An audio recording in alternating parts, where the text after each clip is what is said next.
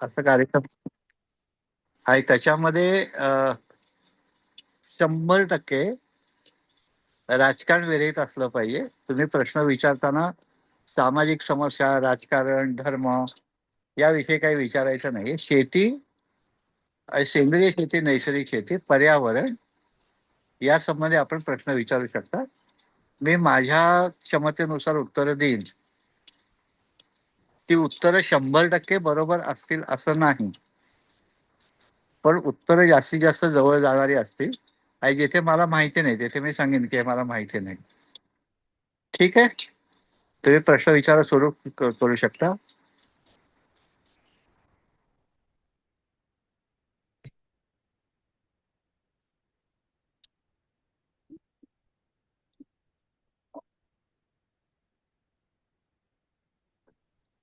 Sir, माझा एक प्रश्न होता. हा, आपण कोण नाव सांगा आधी. हा, माझं नाव नेहा अंकुश. एक मिनिट, तुम्हाला मी सगळ्यांना अशी विनंती करतो की जो प्रश्न विचारेल त्याने व्हिडिओ ऑन करायचा आणि तुमचं नाव सांगायचं आणि तुम्ही कुठल्या भागात आहात ते सांगायचं. कारण प्रत्येक भागाप्रमाणे उत्तर वेगळं असतं. कोकणातलं उत्तर वेगळं असतं आणि मराठवाड्याचं उत्तर वेगळं असेल. हो सर, मी व्हिडिओ शेअर केलाय माझा.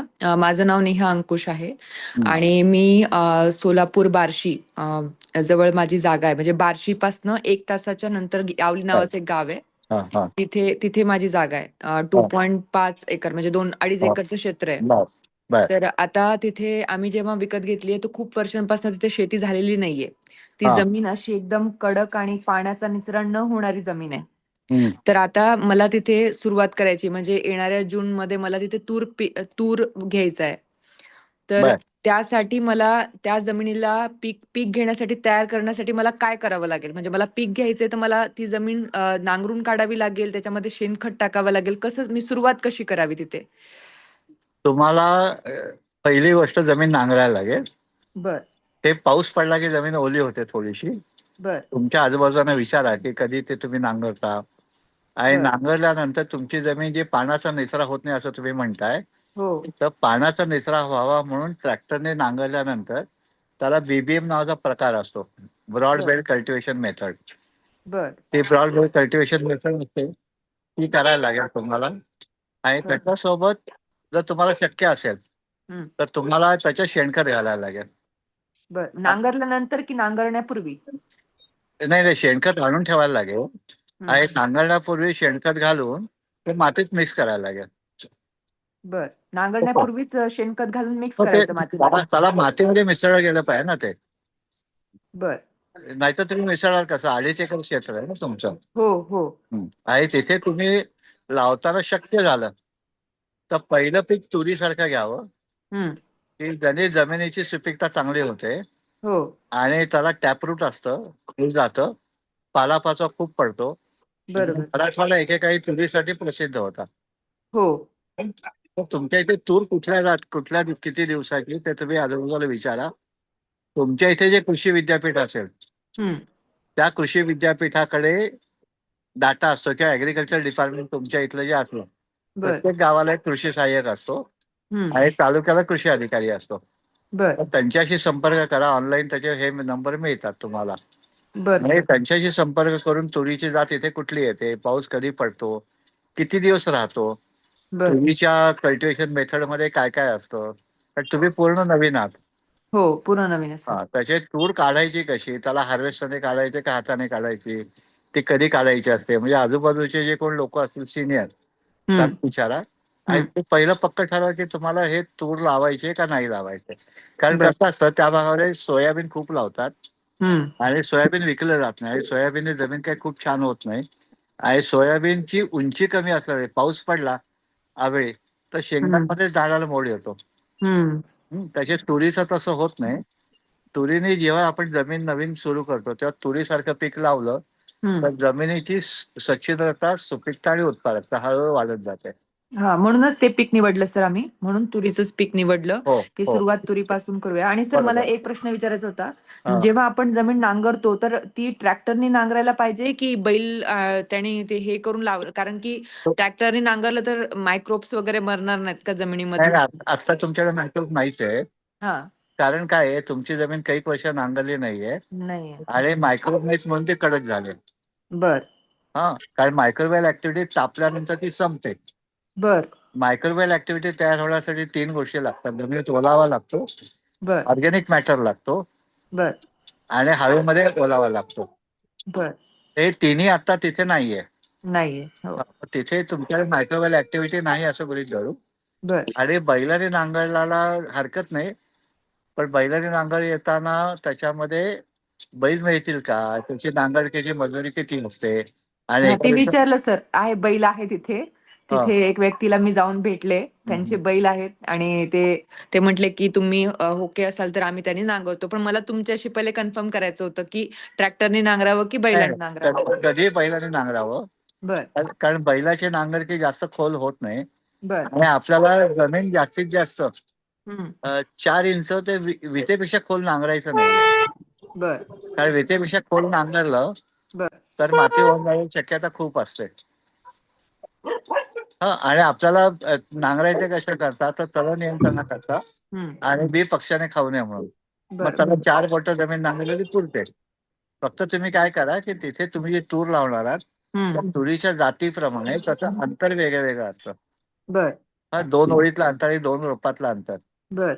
ते जाणकार माणसाकडनं माहिती करून घ्या आणि पहिल्या वर्षी सगळं रेकॉर्ड ठेवा बर. की मी तूर लावताना या तारखेला लावली, त्या दिवशी हवेत ओलावा इतका होता, तापमान एवढं होतं, बर. बी किती पेरलं, बी आधी आणा, ते सगळं बी वजन, समजा मी 20 किलो बी आणलं तर हम्म. पेरून झाल्यानंतर शिल्लक किती राहिले ते मोजायचं, म्हणजे एवढं बी मी लावलं. बर. हा, मग त्याला फुलं कधी आली, मग त्याच्यावरती तुरीला कीड नियंत्रणासाठी हम्म. फुलं आल्यानंतर MPV किंवा HMPV नावाचं एक कीटकनाशक असतं, ते ऑर्गॅनिक असतं. ते व्हायरस तयार करतं घाट्या आणि बर. अळीचं नियंत्रण होतं. तर ते बर. तुमच्या कार्यक्रमात कधीतरी तुम्ही ते विचारा. सांगण्याला हरकत नाही आणि बर. बैलाने सांगलं तर जास्त चांगलं. बर. ठीक आहे सर, चालेल, कळलं. धन्यवाद. Best luck. Thank you sir.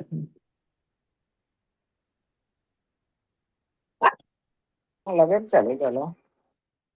Sir नमस्कार, मी हो, sir. नाशिकहून नितीन शिंपी बोलतोय. विचारतो एक प्रश्न. हा, बोला.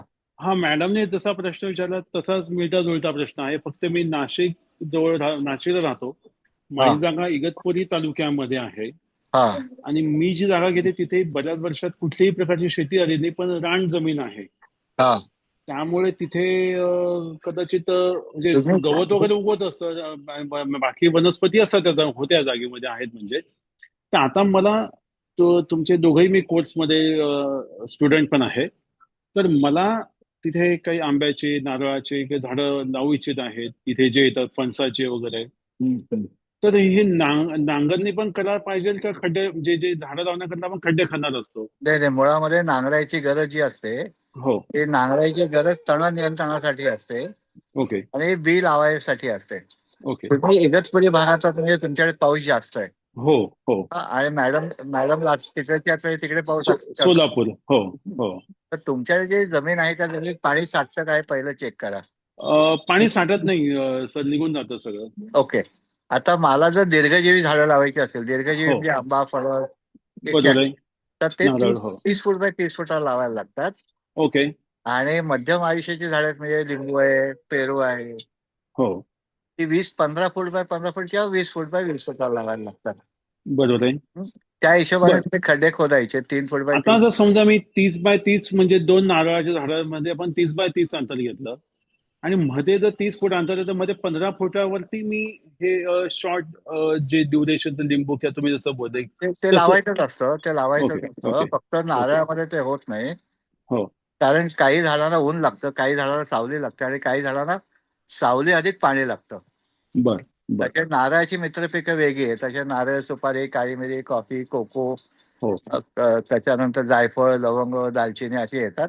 आणि लिंबू ह्याला ऊन खूप लागतं, हो. बरोबर सीताफळाला आहे. ऊन लागतं आणि पाणी कमी ओके. लागतं. तर बर बर तुमच्या बर भागात बर. इगतपुरीमध्ये लिंबू येईल की नाही मला थोडी शंका आहे, कारण शंका तिथे आहे. पाऊस जास्त आहे. हं? बरोबर आहे. आणि बरोबर आहे. यासोबत तुम्हाला जर तुमचं नवीन जागा असेल हो. तर तिथे मोकाट गुरांचा त्रास असतो, तर तुम्हाला कंपाऊंड केलं. कंपाऊंड केलं कुंपण पहिले. केलं. आणि हा, कंपाऊंड केलं. कुंपणाला पण झाडं लावणं आवश्यक आहे, कारण बरोबर आहे. वारापट्टीमध्ये झाडं लागतात.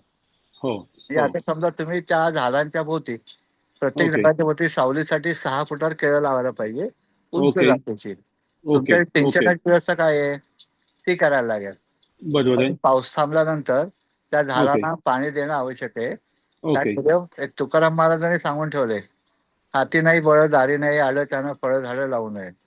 बरोबर आहे. नाही, पाण्याची व्यवस्था पण केली, पाण्याची बोरिंग व्यवस्था केलंय. आली पाहिजे. म्हणजे माझी हो विहीर झाली आहे, मी हो MSCB ला अर्ज केलाय, सोलर हो येणार आहे, हे उत्तर चालणार नाही. बरोबर. नाही, MSCBचं कनेक्शनच घेऊन घेतलं, 3 फेज तुम्ही मोटर जे टाक. काय कनेक्शन घ्या नाही तर हो घेऊ हो नका. हो तुम्हाला त्या हो खड्ड्यापर्यंत पाणी पोचत नाही तोपर्यंत खड्डे खणायचे नाहीत. नाही खंडाई, बरोबर आहे. बरोबर आहे.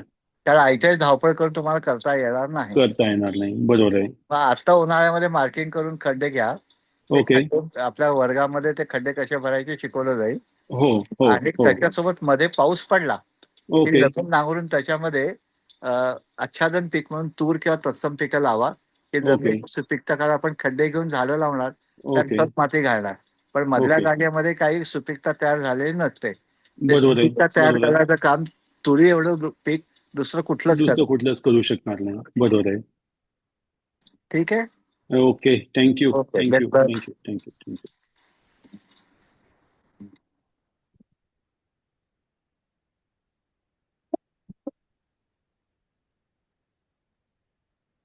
नेहमी एक लक्षात ठेवायचं की आपण शेती जेव्हा करतोय, बरोबर आहे. नवीन शेती किंवा जुनी शेती, जे जुने हो शेतकरी असतील त्याने नवीन पद्धतीच अडॉप्ट करायचे. आणि जे ओके नवीन शेती करतायत त्यांनी नवीनच पद्धत अडॉप्ट करायचे. कारण परंपरागत कृषी विज्ञान आणि बरोबर आहे. आधुनिक कृषी विज्ञान याचं एकत्रीकरण करून आपल्याला शाश्वतता निर्माण करायची, ज्याला आपण म्हणतो करायचे. Sustainable farming. Yes sir. Sustainable farming जे आहे ते हो सस्टेनेबल फार्मिंग करण्यासाठी आपल्याकडे 3 क्षमता असायला लागतात किंवा त्या समजून घ्यायला लागतात. बरोबर आहे. माझी आर्थिक क्षमता, माझ्या वेळेची क्षमता आणि माझ्याकडे उपलब्ध असलेला वय वय. हो, महत्वाची आणि गोष्ट सगळ्यात. त्यासोबत त्या माझ्या मातीच्या क्षमता, हवामानाच्या क्षमता आणि ड्रॉबॅक. बरोबर आहे. कारण त्याच्याशिवाय प्लस मायनस करायचे आपण पुढे कसं जायचं कळणार नाही. याला आपण म्हणतो नोन डेव्हिल. बरोबर आहे. बरोबर आहे.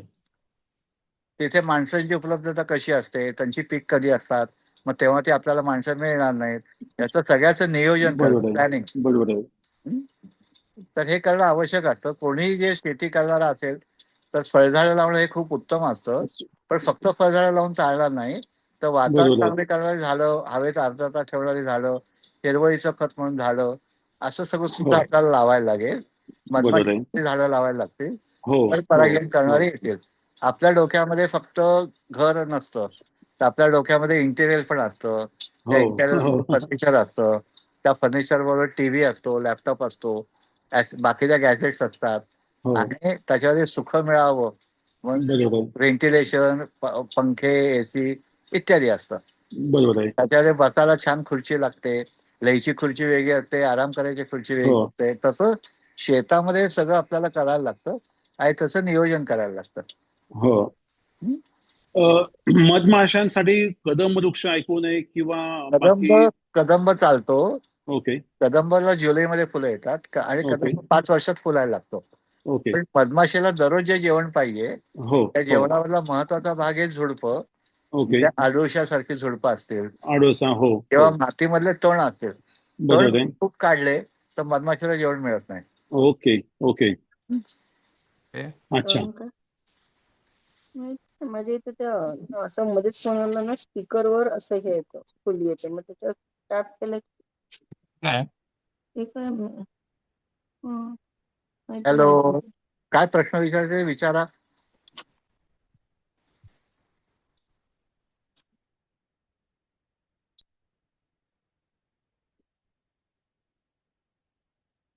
निसर्ग मित्र म्हणजे मी, आपल्या शेताचं नाव आहे निसर्ग मित्र. या निसर्ग मित्रमध्ये मी गेली 35 वर्ष शेती करतोय. देशातल्या वेगळ्या लोकांकडे जाऊन शेती शिकलोय, अजूनही शिकतोय. आणि ते शिकत असताना जे काही अनुभव आले ते अनुभव देण्याचा प्रयत्न करतो. म्हणजे ते प्रशिक्षण वर्ग घेतो, कृषी सल्लागार म्हणून काम करतो. आपले प्रशिक्षण वर्ग वेगळ्या विषयावरती असतात आणि या ग्रुपवरती त्याची माहिती येत असते. ते जेव्हा तुम्ही या ग्रुपला जॉईन झालेला आहात तर याच्यामध्ये तुम्हाला येणारे पुढचे वर्ग काय आहेत त्याची माहिती त्याच्यामध्ये मिळते. ते ऑनलाईन पण असतात आणि ऑफलाईन पण असतात. तर तुम्ही तुमच्या शेताची चांगली शेती करण्याच्या दृष्टिकोनातनं आपण शेती शिकायला लागेल. आणि मी शिकवताना हा प्रयत्न असतो की जल, जंगल, जमीन हे तिन्ही समृद्ध झालं तर आपली पिकं चांगली येतात. तर ती जल, जंगल, जमीन चांगलं कसं करावं यासाठी काय काय करायचं असतं. तर जगामध्ये तसे वेगळे शेतीच्या रचना आहेत. त्याच्याकडे पर्माकल्चर आहे, फूड फॉरेस्ट आहे, मल्टी क्रॉपिंग आहे, पाळेकरांची शेती पद्धती आहेत, बेलजी शेती पद्धती आहेत, नरसिंगांची वेगळी शेती पद्धती आहे.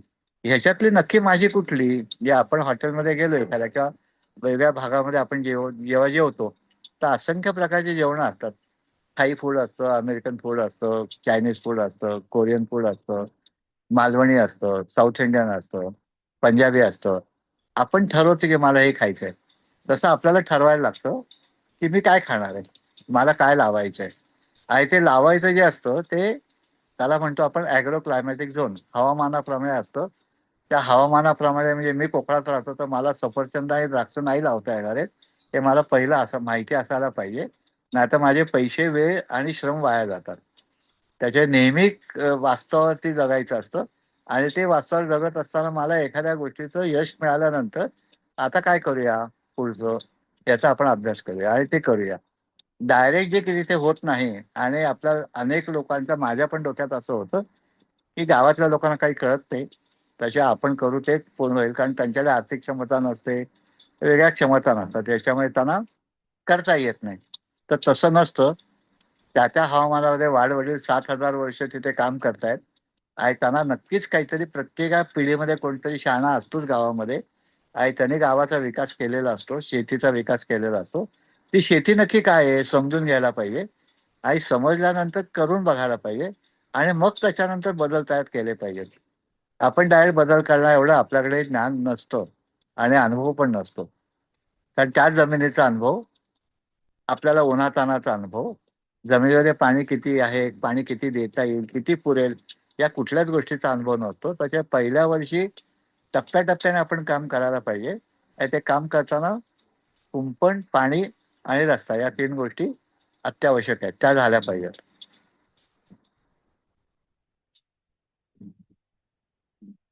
जे कोणी प्रश्न विचारत नाही म्हणून मी बडबडतोय.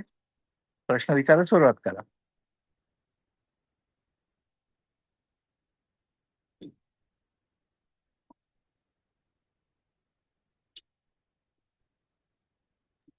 अजून प्रशिक्षण अर्धा तास असेल, अर्धा 20 मिनिटं. जर तुम्हाला प्रश्न असेल तर ते विचारू शकतात.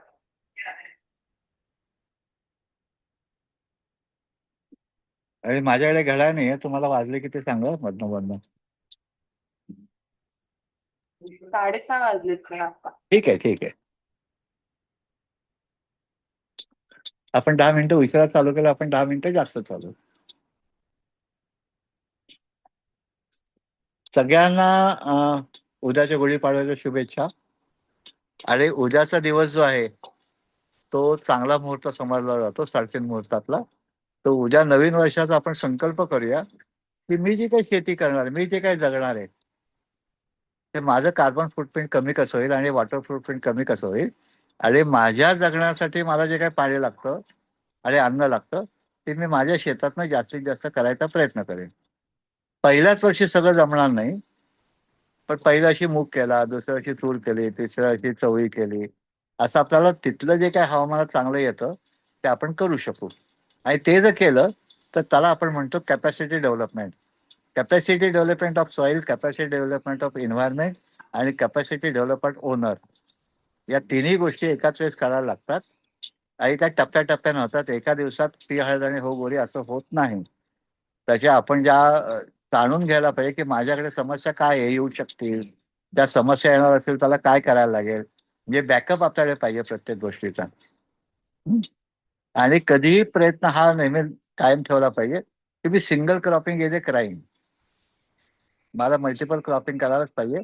कारण हवामानातले जे बदल झालेले त्या बदलानुसार एखादंच पीक लावलं आणि ते जर हवामानात गायब झालं हवामानामुळे तर आपला उत्साह सगळा ढेपाळेल. तर आपल्याला सुरुवातीला तरी आपल्याला यश मिळणं अपेक्षित आहे. आणि यश मिळण्यासाठी जागरूक राहणं आणि तिथल्या गोष्टींचा पूर्ण अभ्यास करणं, त्याला आपण आत्ताच्या भाषेत म्हणतो सर्वे करणं, की गावामध्ये काय पीक घेत होते, कधी घेत होते, त्याची कुठली जात लावत होते, हीच का लावत होते, इत्यादीची माहिती घेणं, त्या बियाणं आणून ठेवणं, खत कुठे मिळेल, काय भावाने मिळेल, ते परवडेल का, याची माहिती घेणं, खत आपल्याला तयार करता येईल का, त्याच्यासाठी काय करायचं, अशा अनेक गोष्टी. जसं आपण लग्न करायचं ठरल्यानंतर लग्नामध्ये जशा अनेक गोष्टींचा वेगळ्या पद्धतीने विचार करून आपण त्याची आधी तयारी करतो आणि लग्नाची तयारी करतो, तसं शेती करतोय म्हटल्यानंतर किंवा एखादं पावसाळी पीक लावतोय म्हटल्यानंतर त्याच्यासाठी जे काय असेल, आपले मित्र असतात, पुस्तक असतात, गुगल काका असतात, आणि कोणीही सांगितलं किंवा युट्यूब असतात, ते अनालिसिस करता आलं पाहिजे की हे खरंच एवढं आहे का. म्हणजे एखादा म्हणाला युट्यूबवरती तुम्हाला तर दिसलं की तो म्हणाला की एकरी 10 लाख रुपये मिळतात. मग 10 लाख रुपये त्याला मिळतात, तो खेड सोडून मुंबईत काय आला, शेती का बंद केली, हा प्रश्न आपल्याला पडला पाहिजे. त्याचे सत्य काय याचं आकलन आपल्याला करता आलं पाहिजे. ठीक आहे.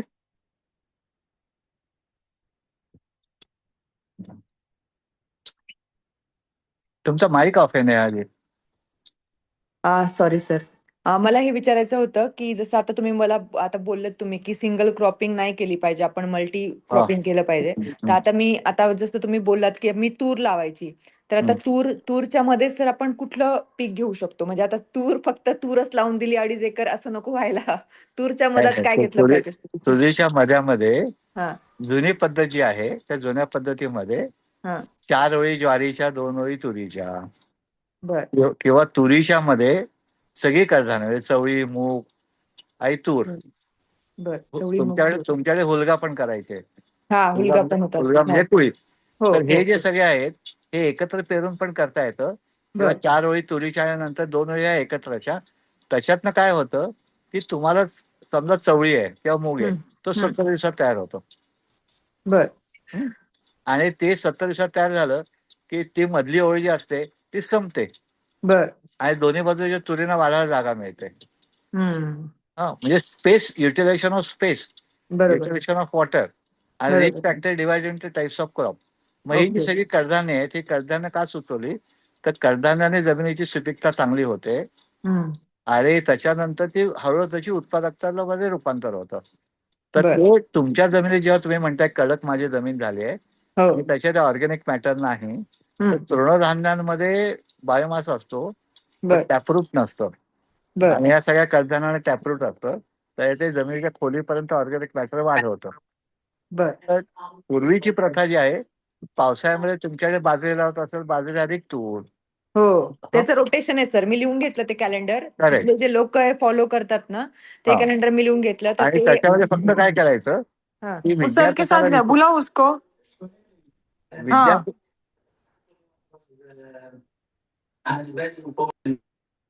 बाकीच्या कोणाचा माईक आहे तो बंद करा प्लीज. तर विद्यापीठाकडे समजा ज्वारीची जात आहे, हम्म तर पावसात भिजलं तर ज्वारी खराब होण्याची ज्वारीची जात असते. बर कारण आता पाऊस अनप्रेडिक्टेबल असतो आणि कणसं तयार झाल्यानंतर पाऊस पडला तर ज्वारी काळी पडते. बरोबर ती पडू नये म्हणून विद्यापीठाच्या जाती आहेत, त्या जाती मिळवणे आधीपासून साधारण 18,000 जाती आहेत बरं का ज्वारीच्या. अरे बापरे हा, आणि आम्हाला 4-5च माहिती आहेत.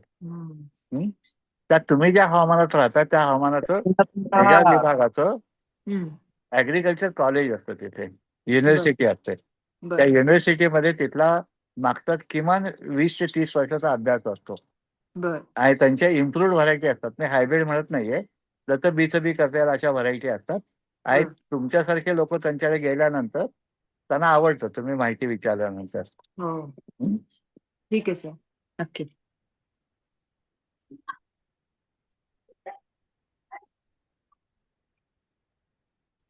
नमस्ते काका. नमस्ते. माझं नाव शरद पाटील, मी गडिंग्लज कोल्हापूरमधून बोलत आहे. बोला. तर माझा प्रश्न असा आहे की मी ऊस पिकामध्ये आंतरपीक म्हणून 1-2 सऱ्या कस्तुरी मेथी लावलेली आहे. बर. साधारणतः 40 दिवस होत आलेले आहेत. मग आता ती कस्तुरी मेथीची प्रक्रिया करून ती कशी वाळवावी ह्याबद्दल मला कस्तुरी माहिती मेथी कापायची तुमच्याकडे रस्त्यावरती धूळ नसेल तर काही साफ करायला लागत नाही ना, तर साफ करायची, हा धुवून काढायची आणि बर सावलीत सुकवायची. सावलीत सावलीत. सावलीत नाही सुकवली तर रंग जातो. ओके. हं. किंवा तुमच्याकडे जर तिथे कृषी विभागाकडनं सोलर ट्रायल मिळत असेल हा अनुदानामध्ये, तुम्ही पुढे करणार असाल तर सोलर ट्रायल घ्यायला हरकत नाही.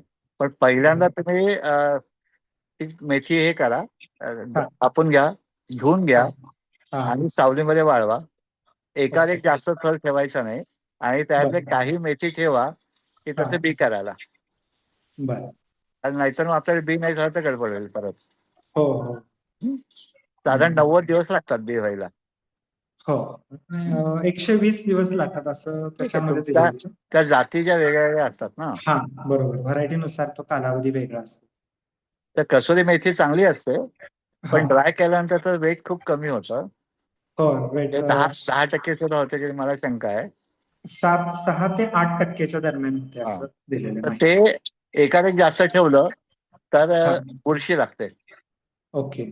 त्याचे पातळ पसरायचं हा आणि हलवायचं. बर. मग ही तुम्ही आता जी पद्धत सांगितला ही अशीच पारंपरिक पद्धत पूर्वीपासून आहे का? हो हो हो. ओके. मी असं सुद्धा ऐकलं काही होतं. काही वेळा काय करतात, हा ते एखाद दिवस उन्हात ठेवतात. हा पण आत्ताचं जे वातावरण आहे, हा म्हणजे आज आज पुण्याला पाऊस गारा पडल्या. हा म्हणजे आपण हातातून जसे आलेलं ते कुठे उजेडात वाळत घातलं आणि ऐकाय धावपळ नाही करता आली, तर ते वाया जातं. बरोबर. अर्थात तुमच्या इथे सुकवण्याकरता जागा असायला लागते, हा महत्वाचा मुद्दा आहे. हा आहे. तुम्ही काय ऐकलं तर मी असं ऐकलं होतं की ते गरम पाण्यामध्ये थोडस कापडात बांधून एक अर्धा मिनिटं पकडायचं. म्हणजे काय म्हणतात त्याला, सॅलरायझेशन म्हणतात. म्हणजे त्याच्यावरची जी बुरशी वगैरे असेल ती हा मरते आणि हा सुकायचे त्याला टिश्यू असतात ते मरतात. त्याला ब्लांचिंग म्हणतात. हा ब्लांचिंग राईट. हा, ते ब्लांचिंग केलं की हा सुकण्याची प्रक्रिया जास्त चांगली होते. आपण हा ते हळदीला पण करत असतो. हा तुमची पानं किती छोटी आणि पातळ आहे त्याच्यावरती ते सगळं अवलंबून असतं. ओके. आणि काही काही काय होतं, हम्म. ती एकमेकाला चिकट टाकतात. हा हा हा ओके. चालेल चालेल. थँक्यू काका.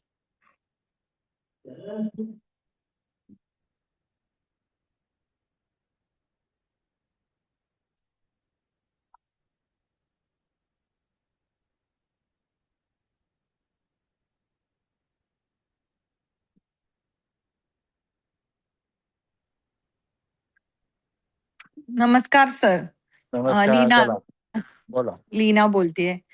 हा सर, माझं ते फ्रूट फ्लायचा जो इश्यू आहे तोंडलीवर आलेला, हा त्याच्यासाठी मी फ्रूट फ्लाय ट्रॅप लावला. हा पण त्या काही माश्या मरत नव्हत्या. तर मी त्या फ्रूट फ्लायच्या खाली जी वाटी असते त्याच्यामध्ये पाणी घातलं. तर बर. त्याच्यामध्ये त्या काही मेल्या.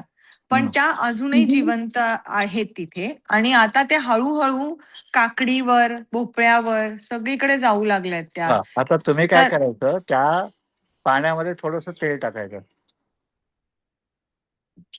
ओके. म्हणजे त्याला ते पंख चिकटतात. अच्छा. कारण ते फ्रूट फ्लाय ट्रॅप मध्ये फक्त नर माशा असतात, मादी माशी येत नाही. तशा आपल्याला शेतामध्ये माशा दिसतात. हा, पण त्या मादीने जरी अंडी घातली तरी ती अंडी मेटिंग न झाल्यामुळे हॅच होत नाहीत. माशा दिसणं स्वाभाविक आहे. आणि त्या फ्रूट फ्लाय ट्रॅप मध्ये 2 प्रकारचे ट्रॅप येतात.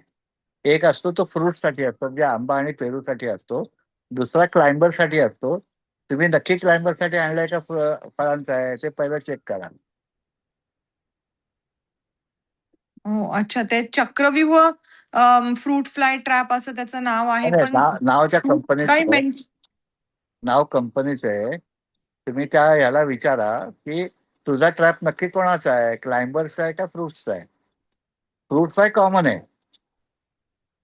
पण त्याच्या 3 प्रजाती आहेत आणि त्यातली एक फक्त आंबा आणि पेरू खाते आणि एक प्रजाती काकडी, कारली, घोसाळी, शेराळी ह्याच्यावरती अंडी घालते.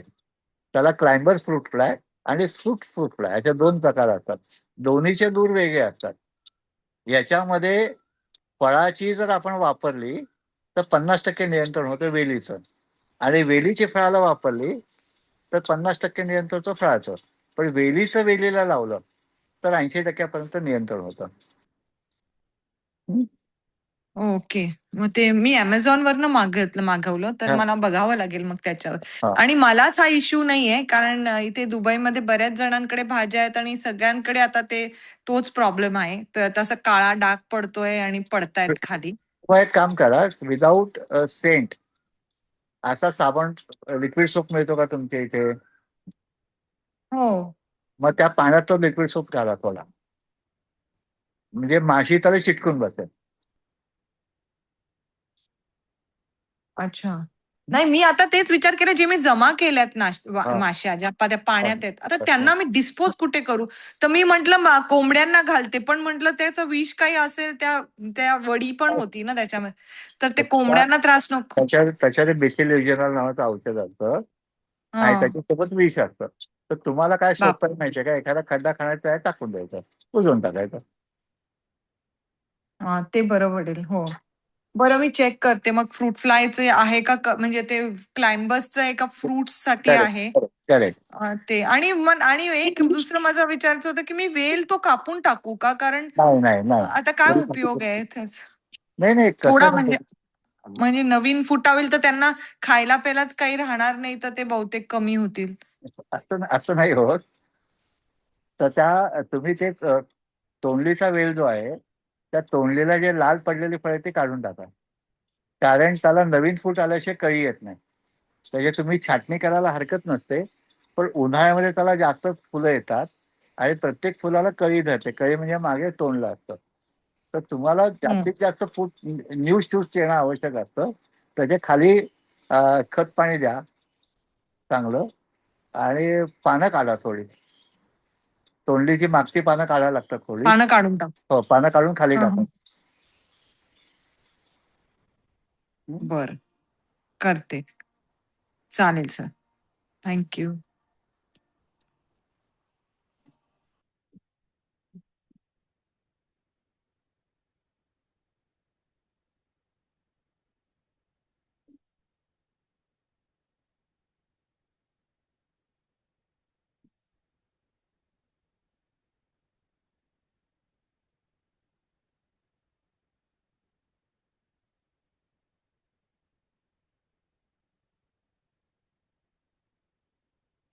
हॅलो, दुसरं कोणी विचारत नसेल तर माझ्याकडे अजून एक प्रश्न आहे.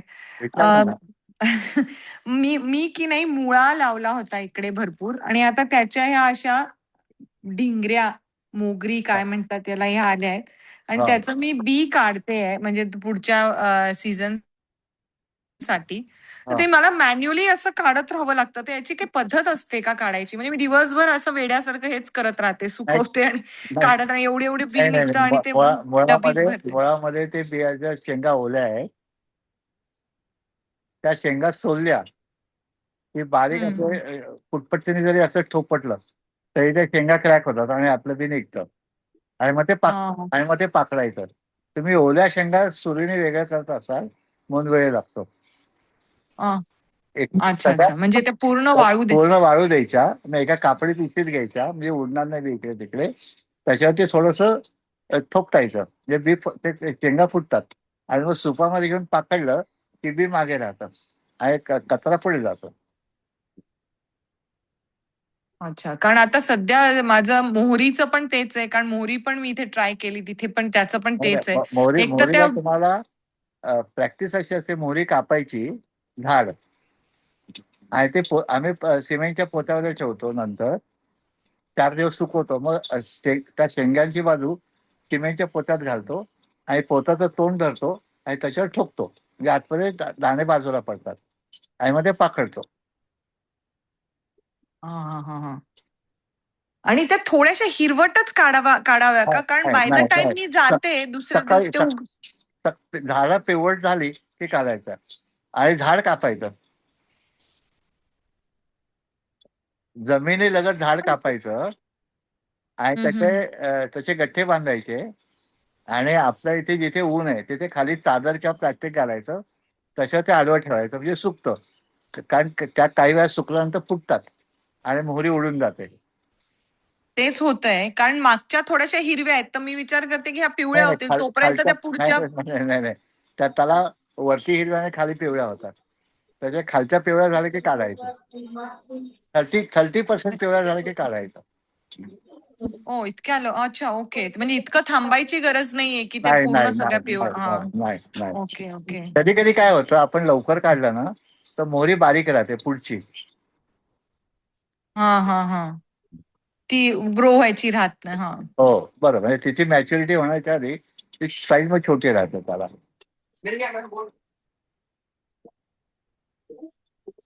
सर अजून एक प्रश्न. हम्म.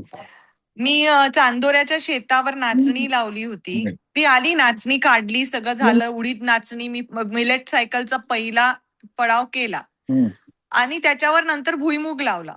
पण हम्म. आता काय झालं, त्या भुईमुगाच्या तिथे पूर्ण शेत भरून नाचणी पुन्हा उतरते. बहुतेक ती काय ती पडली असेल तिकडे. हा, तुम्ही तर काढायला आता उशीर झाला, काढायला उशीर झाला. तर आता आता म्हणजे काही नाही, किती त्याला मॅन्युअली अशी किती नाचणीची बोंड लहान येतील आणि शेंगदाणा उगवल्यानंतर किती दिवसांनी नाचणी उगवले? अं, ते काय मला नक्की माहित नाही. त्याला अजून फुलं बिलं काही आली नाहीयेत, पण नाचणी ओव्हरटेक करत होती म्हणून मी म्हटलं निंदणी कराय. तर ते म्हणे बरोबर. निंदणी करायच्या म्हणजे हे काही गवत नाहीये, ही नाचणीच पुन्हा उतरलेली आहे. तर मी ती काय करून घेतली आहे, ते थोडी विरळ विरळ तशीच ठेवली. हा, पण ती येईल का आता तशी नाचणी ठेवली? कसं असतं, शेंगदाणा तुम्हाला उगत्या व्हरायटी असेल तर त्याला भर द्यायला लागते, त्या झाडं मोडायला लागतात, म्हणजे वाकवायला लागतात. हम्म तर तुम्ही हम्म त्या शेंगदाण्यावर चालत जा, चालताना नाचणी तुटेल तर तुटू दे, त्या ड्रम फिरवा. पण किती मग ती लागेल? नाचणी जाईल तर म्हणजे आपण ड्रम फिरवल्यावर नाचणी वाकेल. तुम्हाला नाचणी नाही ते नकोच आहे ना, त्यातली काही हा मरेल, काही मरेल, काही परत उभी राहील. आहे त्याची पावसात एवढी बोंड आली तर हिवाळ्यात आत्ता एवढीच बोंड येतील. पण आता समजा हे पण मी काढून टाकेल. आता समजा जेव्हा आपण हे काढू आणि पाऊस येईल तर हे नाचणीचं बी एवढं फाईन असतं की बहुतेक नाचणी पुन्हा नाही येणार तिथे. नाही, येईल नाचणी, पण पक्षी खातात. पक्षी खातात, मुंग्या नेतात. हं? कारण मुंग्यांचं कामच ते असतं आणि पक्षी खाली बसून दऊ प्रकारातले सगळे पक्षी येऊन ते खातात. आणि नाचणीच्या वरती परत नाचणी करायची नसते. नसते हो ते मी नाचणीच्या सांगितलं वरती होतं तुम्ही. नाचणीच्या वरती वरी करायची, किंवा त्याला तो क्रॉप आहे ना नाचणीपेक्षा उंच वाढणार, कारळ, खुराशणी कारळ, ते पेरलं की नाचणीपेक्षा उंच होतं, मग ते नाचणीला हम्म लागतं. पण आता नेक्स्ट आता वरी जी लावायची आहे ती पावसाळ्यात नाही का? पावसात ते पावसाळी रोटेशन असतं. नाचणी, हा वरी आणि कारळ. कारळ हो. तर मग पावसाळ्यात वरी घेईन मी, पण वरीचं झाड केवढं असतं मी आजपर्यंत कधी बघितलेलं वरी नाहीये. जवळच असतं, नाचणी एवढंच असतं. आणि त्याला नाचणीला फिंगर्स येतात, त्याला कणीस येतं, लोंब येते आणि ती अशी खाली वागते. त्याच्यावरती टाईप्स ऑफ मुन्या येतात आणि तुमची नाचणी तयार झाल्यानंतर त्याच्यावरती टाईप्स ऑफ मुन्या येऊन ते खातात म्हणून नाचणी खाली गळते. म्हणजे तुम्ही नाचणीचं हार्वेस्ट उशिरा केलं. लेट झाला त्याला. Okay okay sir. Okay, thank you बोला संगीता मॅडम, थँक्यू. विचारा. नमस्ते सर. Hello sir. हा, बोला. सर गुढीपाडव्याच्या शुभेच्छा आधी तर धन्यवाद, सर्वांना. धन्यवाद. येस. सर माझा प्रश्न होता की आपल्याला मक्याचे जे आम्ही कणीस लावले होते स्वीट कॉर्नचे, तर हा, त्याला फार छोटे छोटेच कणीस येत आहेत. तर त्याच्यासाठी हा. काय करावं लागेल मला? छोटी छोटी कणसं येणार, तर ती हं. छोटी छोटी कणसामध्ये त्याच्यातनं केस बाहेर आले, केस, हां, की ते हां. काढा, अच्छा. बोकायले असेल ते, आणि ते स्वीट कॉर्न म्हणून, बेबी कॉर्न म्हणून वापरा. कारण कसं अच्छा. असतं, तुम्ही जर स्वीट कॉर्न म्हणून जर लावला असेल तर हां. त्याला ऍक्च्युली बाहेरच्या देशातनं जर व्हरायटी आणली असेल त्याला 4 हं, कणसं लागतात. हं. ते 4 लागली तर इकॉनॉमिकली व्हायबल होतं. ते तुम्ही व्हरायटी कुठली लावली ते बघा. 2 किंवा अच्छा. 3 कणसं लागली पाहिजेत हं. की होतात. अच्छा. त्याच्या प्रत्येक पानाच्या बगलेमधनं कणीस येणं अपेक्षित आहे. अच्छा. त्याची उंची किती झाली आहे? त्याची उंची आपल्या कमरेपेक्षा थोडीशी उंच म्हणजे आपल्या मग खांद्यापर्यंत आली. ते लहान आहे. हां. आणि हा, त्याच्यामध्ये कणसं आली आहेत. म्हणजे तर तसं कणसं वय झाली ते नाही, नाही, मोठे-मोठे झाले. उंची वाढायच्या आधी त्याचं वय झाल्यामुळे त्याला कणस आली. कारण हा. मक्याला जमिनीमध्ये नायट्रोजन नसेल तर मका नीट वाढत नाही. अच्छा. मग त्याच्या इथे छोटी कणसं आहेत ना ती काढा. ती स्वीटकॉर्न होतील अशी मला शंका आहे. तर ती बोटभर झाली म्हणजे एखादं कणीस काढून बघा एवढं एका विटेचं आणि हा. काढून आजपर्यंत एवढं असेल हम्म. दाणा होण्याच्या आधीचं तर ते हा. बेबी कॉर्न म्हणून वापरा. अच्छा. ठीक आहे. कारण आणि तुमच्याकडे नाहीतरी गायी एवढी आहेत. पण झाले ना तुमच्याकडे गायी आहेत ना. त्याच्यानंतर ते मग पक्षी पण खायला लागतात मग. हो. तसे कसं असतं माहितीये का, तुम्ही एकट्याने लावलं हम्म. तर पोपट हमखास येतात हम्म. आणि सोलून खातात. म्हणजे ते वर्ण असे त्याचे ते हे काढतात त्याची सालं आणि त्याच्यातनं ते कव्हर खाल्लेलं काढतात असतं. कव्हर काढतात. हा. त्याची एकट्याने कधी लावायचं नसतं. स्केल जास्त लागतं. अच्छा. पण आपल्याकडे जर आपण जास्त लावलेले आहे तरी म्हणजे सगळीकडेच ते तसंच येतंय ना, ते आणि तसंच खाल्लं. आत्ता काय माहितीये का, आत्ता बाकीच्या ठिकाणी खायला काय आहे? आता तिकडे बाकीचे सगळ्या भाज्या वगैरे पण आहेत आता. नाही तुमच्याकडे नाही, आजूबाजूला. आजूबाजूला तर आता तर सगळ्यांनी तांदूळच काढले होते. नाही उन्हाळी उन्हाळी आता काय लावले मी लक्ष काहीच नाही नाही दिलं. लावत. बहुतेक काहीच नाही लावले. असेल तर टोमॅटो असेल. आता असं झालं ना सर, शक्यतो आपली शेजार पाजारची सगळे आपणच घेऊन टाकली ना जमीन. आणि असू दे, पोपट जो आहे तो 2 किलोमीटरवरून येणार आहे. अच्छा. मग तुमच्या आजूबाजूला तिथे जर मला कळलं की अरे संगीता मॅडमच्याकडे मका लावलाय, तर मी माझ्या मित्राला सांगतो आणि मग दुसऱ्या दिवशी अजून मित्र येतात, ते त्यांच्या मित्राला सांगतात आणि त्यांची संख्या वाढत राहते. म्हणून जुन्या पद्धतीमध्ये हे धान्याचं पीक लावल्यानंतर ते राखण लागायचे. म्हणजे ते गोफण घेऊन तो हाकलायचा, आवाज करायचा.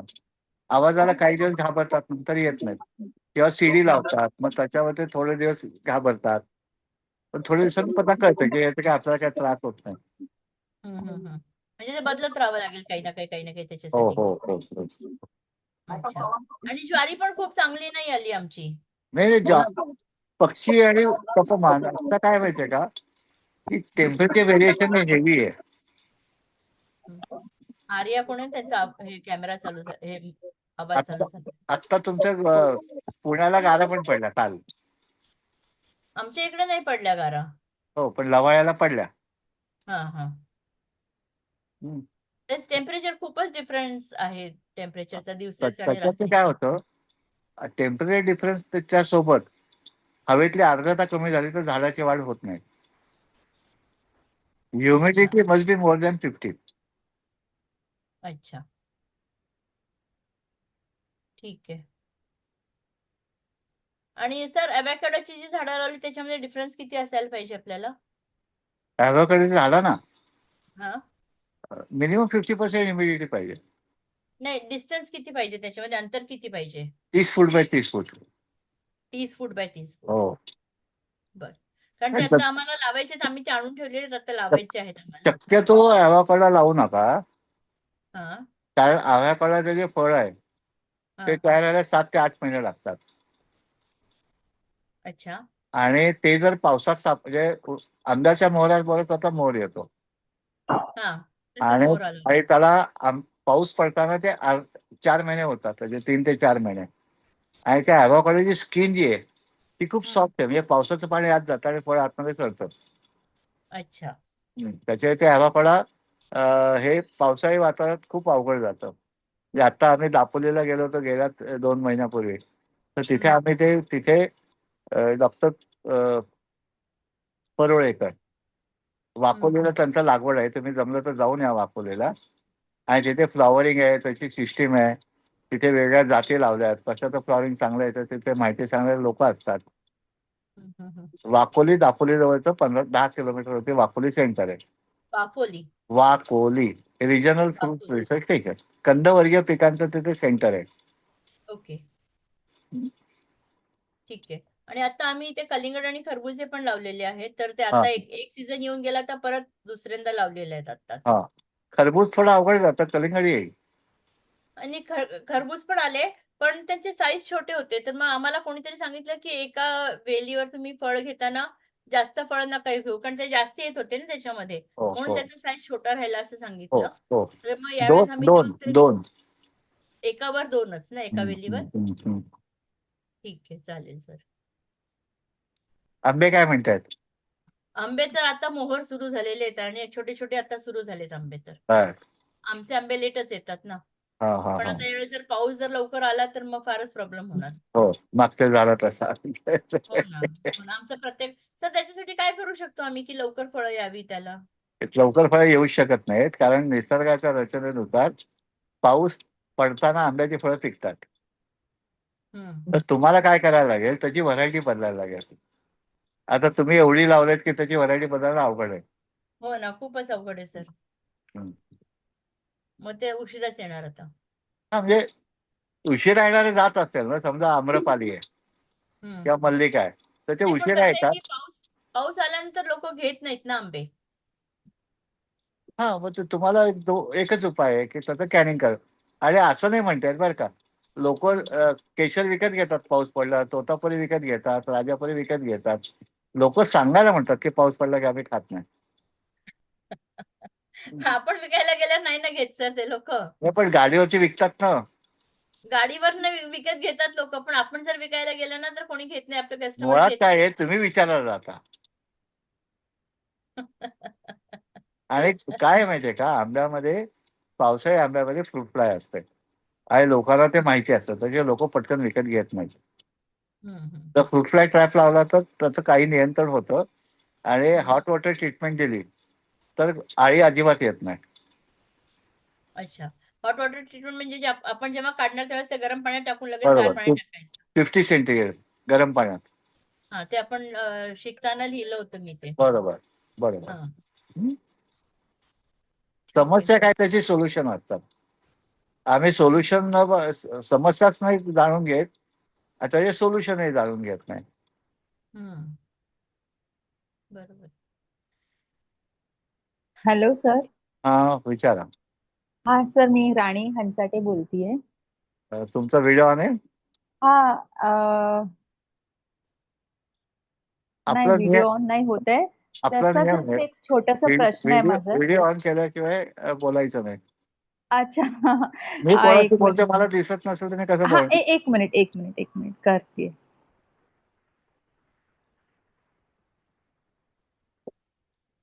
एक मिनिट असं. आपल्या क्लासमुळे मला तसं ते असंच वाटतं, की ॲटलीस्ट आपण समोर बसूनच ऐकावं. बघून ऐकलं तर ते जास्त ऐकलं फक्त जातं असं माईक मला. ऑफ करा, माईक ऑफ करा. हो, फक्त माईक ऑफ करते मी. सर, आता दिसतीये?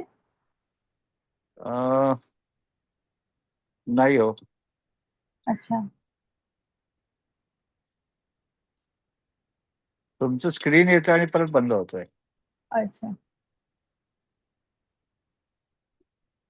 ठीक आहे, विचारा. हा सर, मला फक्त मी ना आता कोकणात जागा बघतीये ऍक्च्युली, जमीन. कोकण म्हणजे 600 किलोमीटर आहे हो. हा हा, आय नो. तर आम्ही ऍक्च्युली सध्याला खेड डिसाईड केलंय, खेड. हे डिश आहे का, म्हणजे रत्नागिरी हा. जिल्हा. ओके, हा. आता दिसतीये सर? हो, दिसत आहे. हा, ओके सर. तर काय काय जमीन जे आम्ही बघितले ना सर, तर ते लोक बोलतात की हे वर्कस जमीन आहे. त्याचा अर्थ काय सर, वर्कस जमीन म्हणजे? वर्कस जमीन म्हणजे जिथे पाण्याची सोय नाही, शेतं अच्छा. पाडलेलं आहे, जिथे गवत चांगलं येतं अशा जमिनी. तीन प्रकार असतात, बागायती आणि हा वर्कस.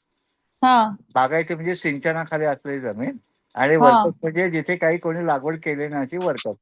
तर फळझाडं लावायला वर्कस जमीन खूप छान. अच्छा अच्छा. पण अदरवाईज आपण क्रॉप कुठलं करू शकत नाही ना वर्कस मध्ये? तुम्ही कुठे क्रॉप करणार आहात? नाही नाही, मी जस्ट विचारतीये. नाही नाही, तुम्हाला एक लक्षात घ्या, हा प्रत्येक क्रॉपची नीड असते. हा ऍज एक्झाम्पल, तुम्हाला राईस करायचा असेल, भात करायचा हा असेल, तर हा भातामध्ये गवत मरावं म्हणून पाणी साठायला पाहिजे. मग हा. पाणी बरोबर. साठायचं म्हणजे शेतं मोठी आणि समपातळीत पाहिजे. हा. नाचणीला पाणी साठायची गरज नाही, नाचणी करता येईल. म्हणजे हो. तुम्हाला पर्टिक्युलर क्रॉप करायचा असेल तशी हा त्याची लँड प्रिपरेशन करायला लागते. हा आणि बाकीच्या याच्यामध्ये पाणी एक्सेस पाणी निघायला पाहिजे, हे बेसिक कन्सेप्ट असते. भाताला हा पाणी साठलं पाहिजे आणि हो हो बाकीच्या हो पिकाला पाणी निघालं पाहिजे. तर हे हो हो तुम्हाला हो कोकणातल्या हवेत होणारी सगळी क्रॉप करता येतात. हा हा हा मराठवाड्याचे नाही करता येणार, हा काश्मीरमधले अजिबात नाही करता येणार. हा हा हा हा हं? तर घ्यायला हरकत नाही ना, ते लोक बोलले वर्कस हो हो जमीन आहे हो, तर. काही हरकत नाही. खिशाला अच्छा परवडतंय का? आणि मातीची डेप्थ काय आहे, 3 गोष्टी बघायला लागतात. हा अप्रोच, पाण्याची सोय आणि सॉइल डेप्थ. हा कारण काही फर्स्ट ठिकाणी फर्स्ट फर्स्ट काय बोललात सर? अप्रोच, अप्रोच, रस्ता, हा ऍक्सेस ना. ऍक्सेस, हा, हा हा पाणी आहे का आजूबाजूला कुठे, आणि हा तिसरं मातीची खोली. कारण काही ठिकाणी कातळ असतो हा हा हा आणि मग मला ती कातळी जमीन नकोय म्हणून मी ती विकतो. हा ओके ओके हा ओके ठीक आहे, होईल. पण हा तुम्ही ठीक आहे. जमीन घेता, निर्णय घेतला, चांगला आहे. हा हो सर, आता खूप बघतायत आम्ही. म्हणजे मुंबईवरून खाली स्टार्ट केलो, रोहा आणि मग मनगाव आणि खेड असं.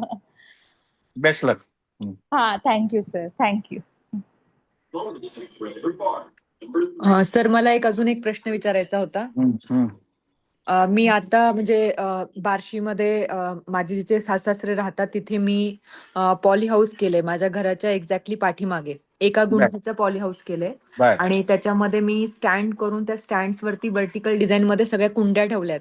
आणि हा, त्या कुंड्यांमध्ये भाजीपाला करते मी ऑर्गॅनिक हा, पद्धतीने. वा, हा, हा, तर मी आता त्याच्यामध्ये सगळं म्हणजे पॉली हाऊस रेडी आहे, स्ट्रक्चर सगळं रेडी आहे माझं. हा, आता मला त्याच्यामध्ये बिया लावायच्या आहेत.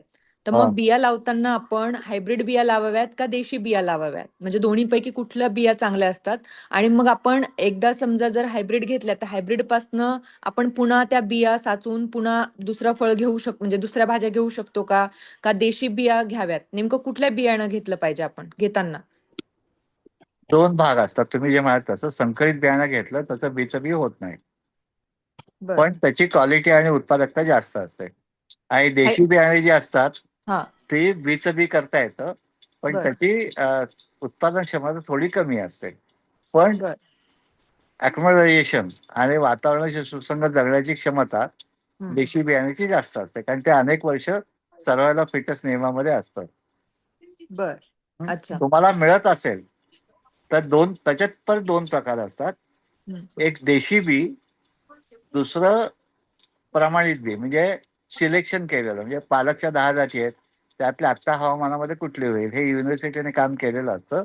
बर आणि ते सिलेक्शन करून पालकची समजा ऑल ग्रेन म्हणून व्हरायटी आहे, तर बर ती ऑल ग्रेन सिलेक्शन आहे. पालकच्या 100 जाती आहेत, त्यातल्या बर आत्ता हवेला कुठली चांगली, तर ते विद्यापीठामध्ये किंवा रिसर्च स्टेशनमध्ये तुम्हाला बी मिळतं.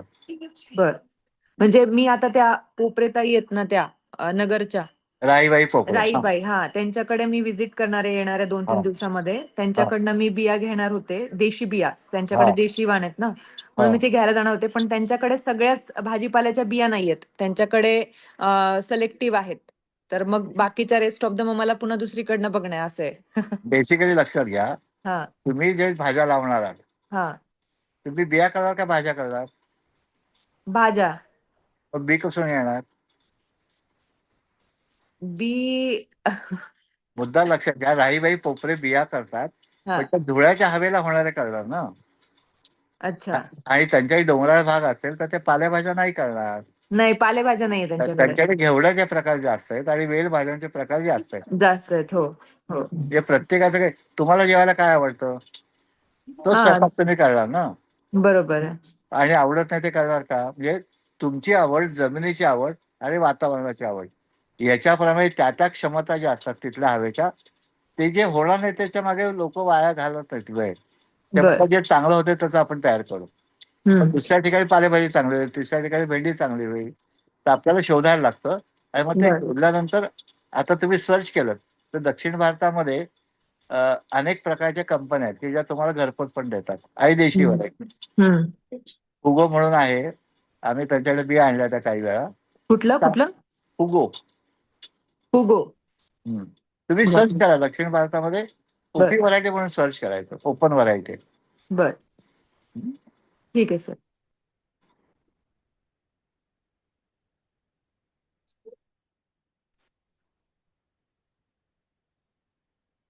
हॅलो, नमस्कार काका. बोला. माझा व्हिडिओ दिसतोय? एक मिनिट. हा, दिसतोय. नमस्कार, माझं नाव वर्षा गायकवाड. मी पुण्यात असते सध्या. हा. आमचं गाव अकोले तालुक्यात पांगरी गावाचं नाव आहे. बर. एक 4 वर्षापूर्वी आम्ही म्हणजे कोविडमध्ये मी आणि माझा नवरा गावी शिफ्ट झालो. जवळ-जवळ 2.5 वर्ष आम्ही तिकडे राहिलो. तर हम्म. त्याच काळात आम्ही 1 एकरवर केशर आंबा लावला. हा. सघन पद्धतीने. तर साधारण एक 580 झाडं आम्ही 6 बाय 6 फुटावर लावली. हम्म. मागच्या वर्षी एक 50 एक फळं येऊन गेली, म्हणजे आंबे आले होते. या हम्म. वर्षी खूप मोहर आलाय. जवळ-जवळ एका झाडाला 40 एक कैऱ्या असतील असं आपण म्हणूया. आणि आत्ताची साईज त्यांची लिंबा एवढी साईज आहे. हम्म. तर आता माझा प्रश्न असा आहे की इथून पुढे काय काळजी घेतली पाहिजे? आणि मला ना शक्यतो तो नैसर्गिक पद्धतीने ऑर्गॅनिक म्हणून मला तो खरं तर वाढवायचा आहे. आणि त्याची हाईट आम्ही जास्त ठेवली नाहीये, छाटणी केली. एक तर लक्षात घ्या. 6 फुटापेक्षा तुम्हाला थोडी तुम्हाला जास्त हाईट गेलीये त्याची. तुम्हाला जेव्हा ऑर्गॅनिक करायचे, तुम्ही लागवड पद्धत चुकीची आहे तुमची. तर या लागवडीमध्ये आंब्याचं झाड म्हणजे तुम्ही तुरीचं झाड पण लांब लांब असतो. एवढ्या 6-6 फुटाला आंबे लावले, तो वृक्ष झुडूप नाही. तर तुम्हाला त्याची छाटणी करायला लागणार. आणि छाटणी केल्यानंतर त्या छाटणीच्या कोवळ्या पानांवरती कीड येते आणि झाडाचं अन्न साठवण्याची बँक आहे ती फांदी आहे. ती फांदी बाहेर गेली म्हटलं तर त्याला परत अन्न द्यायला लागेल. ते अन्न नैसर्गिक शेतीमध्ये ऑर्गॅनिक फार्मिंगमध्ये शेणखतानंतर तेवढं अन्न मिळणार नाही. ते तुम्हाला केमिकल द्यायला लागतं. त्याची लागवड करताना तुम्ही पूर्णपणे त्याला म्हणतात ultra high density plantation. Okay. आणि अल्ट्रा हाय डेन्सिटी प्लांटेशन मध्ये न्यूट्रिएंट मॅनेजमेंट आणि प्रुनिंग हे अत्यंत महत्वाचं असतं. बरोबर. आणि ते न्यूट्रिएंट मॅनेजमेंट ऑर्गॅनिक मध्ये होऊ शकत नाही. ओके. आता पण तुम्हाला आजपर्यंत काका त्याला फार आम्ही म्हणजे खरं तर सासरे बघतायत आता, कारण आम्ही जॉब निमित्ताने परत पुण्यात शिफ्ट झालो. पण त्यांनी त्याला फार काही केमिकल त्याला दिलेली नाही. आणि यावर्षी खरंच त्याला खूप जास्त, म्हणजे आमच्या दृष्टीने तरी तो खूप मोहर आहे. तुम्हाला पण तुम्हाला प्रश्न काय आहे?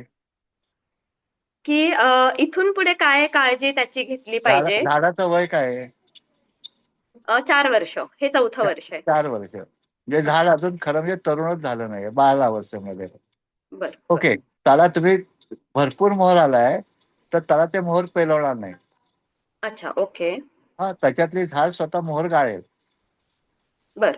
किंवा मोहर गळला नाही तर सगळी फळं लहान आकाराची राहतील. बर बर. तुमच्या बाजारामध्ये तुम्हाला लहान आकाराची फळं विकली जातात का? नाही, डेफिनेटली नाही. मग किती आकाराचं फळ पाहिजे? त्याला लिंबा एवढी फळं झाल्यानंतर तुम्हाला ते प्रोनिंग करायला लागतात फळं. की जेव्हा अच्छा. हाय बर. डेन्सिटीने प्लांटेशन करतात त्या हा. हाय डेन्सिटीने प्लांटेशन मध्ये 10 ते 20 फळच घेतात एका झाडावर. बर. कारण नाहीतर त्याचं पोषण होणार नाही. त्याचा अभ्यास असा आहे की 100 पानाला एक आंबा येतो. आता तुम्हाला त्या आंब्याचं जर मोठं करायचं असेल फळ तर तुम्हाला त्याला वरनं टॉनिक द्यायला लागेल. बरं. वरनं काय टॉनिक देता येईल? तर गुळाचा 1% गुळाचा स्प्रे देता येईल. अच्छा. 1% ताज्या गोमूत्राचा स्प्रे देता येईल, ज्याच्यामध्ये अमोनिया पण आहे. ओके. 1% मधाचा स्प्रे देता येईल. खाली खाली मातीमध्ये गोमूत्राचं पाणी सोडता येईल. बर. मातीमध्ये जीवामृत देता येईल की झाडाचं पोषण त्याच्यामुळे होईल. आता बर. झाडाचं पोषण आणि फळाचं पोषण. तर झाडाचं पोषण करताना मातीतनं जे अन्नद्रव्य येऊ ते झाडामध्ये उशिरा पोचतात. त्याचे फॉलियर स्प्रे म्हणून दिलं तर लवकर पोचतात. मग त्याच्यामध्ये तुम्ही अँडोजेनिक अमिनो आम्ल, फिश अमिनो ऍसिड, मध, गूळ या सगळ्या तुम्ही वर्ण पोषण करायच्या स्प्रे करू शकता. की जणी फळं टिकतील आणि मोठ्या आकाराचे होतील. बर. अजीर्ण वेळेवर घालायचं नाही. त्याची 1% जास्त करायचं नाही. ओके. ठीक आहे काका.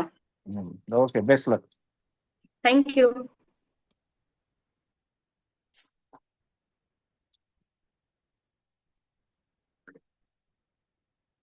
आता कुणाचे प्रश्न असेल तर सेशन बंद पण करू शकते. 7:15 वाजले. ओके. एक शेवटचं सांगतो की आता आपण 10 फेब्रुवारी पासून पर्माकल्चरचा एक ऑनलाईन कोर्स घेतोय. तो दर शुक्रवारी संध्याकाळी 6 ते 8 असणार आहे. तर ज्यांना इच्छा असेल तरी त्याची लिंक आलेली असेल गटावर तुमच्या, त्यातनं नोंदणी करावी. आणि एप्रिलमध्ये आपले काही वन डे आणि 1 दिवसाचे आणि 2 दिवसाचे ऑनलाईन आणि ऑफलाईन असे प्रशिक्षण वर्ग विषय आहेत. ते सुद्धा गटावर येतील. तर त्याची तुम्ही जरूर, ज्याला इच्छा असेल तरी प्रशिक्षणाला यावं. आणि सगळ्यांना परत एकदा शुभेच्छा. आणि परत एकदा पहिला तुम्ही कोणता आठवण class सांगितला? काय पहिला कोणता सांगितला प्रशिक्षण वर्ग? Permaculture permaculture. पर्माकल्चर. अच्छा. तर सगळ्यांना परत एकदा शुभेच्छा आणि आठवण करून देतो की नवीन वर्षाचा संकल्प आपल्याला करायचा आहे की जल जंगल जमीन चांगली कशी करता येईल माझ्या मदतीने. त्याच्यातनं आपल्याला आपोआप बाकीचं मिळणारच आहे. ओके, बेस्ट लक, गुड नाईट. आपण Thanks, शुभेच्छा. sir. Good night.